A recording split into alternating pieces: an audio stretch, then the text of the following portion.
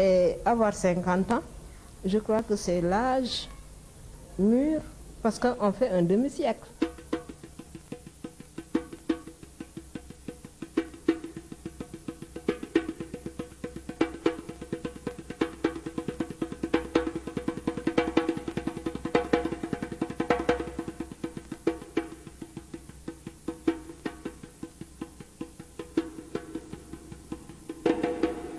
Un demi-siècle, c'est quelque chose dans la vie d'un individu, surtout dans les pays sous-développés où l'espérance de vie est 50 ans. Donc quand on a 50 ans, on a vécu sa vie, parce qu'on ne peut pas dire qu'on a vécu la moitié de notre vie.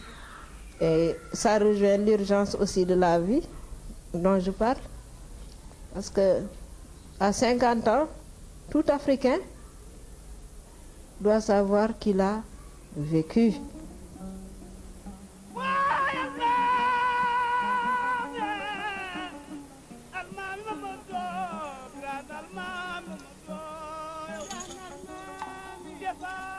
Nos mamans et nos papas ne nous parlaient jamais de Gorée.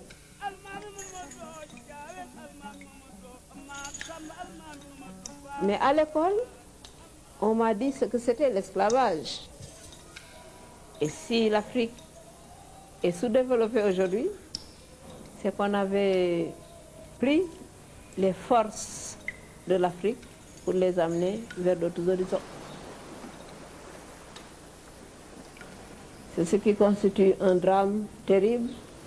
Et quand je suis à Gorée et que je vois les chaînes, les pas des esclaves qui étaient marqués sur le sol, les esclaves enchaînés, ça me crée beaucoup de problèmes dans ma tête, dans la mesure où on n'avait pas donné à l'homme sa dignité d'homme pour vraiment laver l'affront de l'Afrique.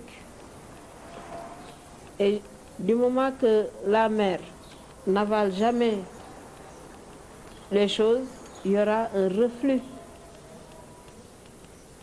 Et à Gorée, on a la tête vraiment libre. Et à chaque fois que je vais à Gorée, je viens avec d'autres inspirations.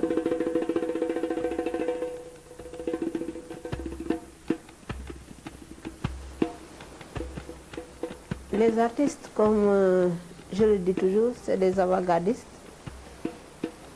Parce qu'être artiste, c'est avoir la capacité de faire le pas de côté, c'est-à-dire ne pas être marginal comme on le dit, mais se mettre en dehors de la foule pour voir les choses que les autres ne voient pas.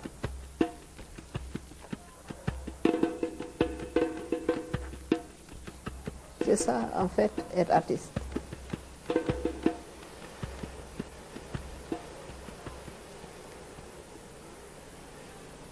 L'artiste plasticien doit avoir son identité plastique. Et l'identité plastique, on ne l'acquiert qu'après beaucoup de recherches. La peinture est pour moi un destin.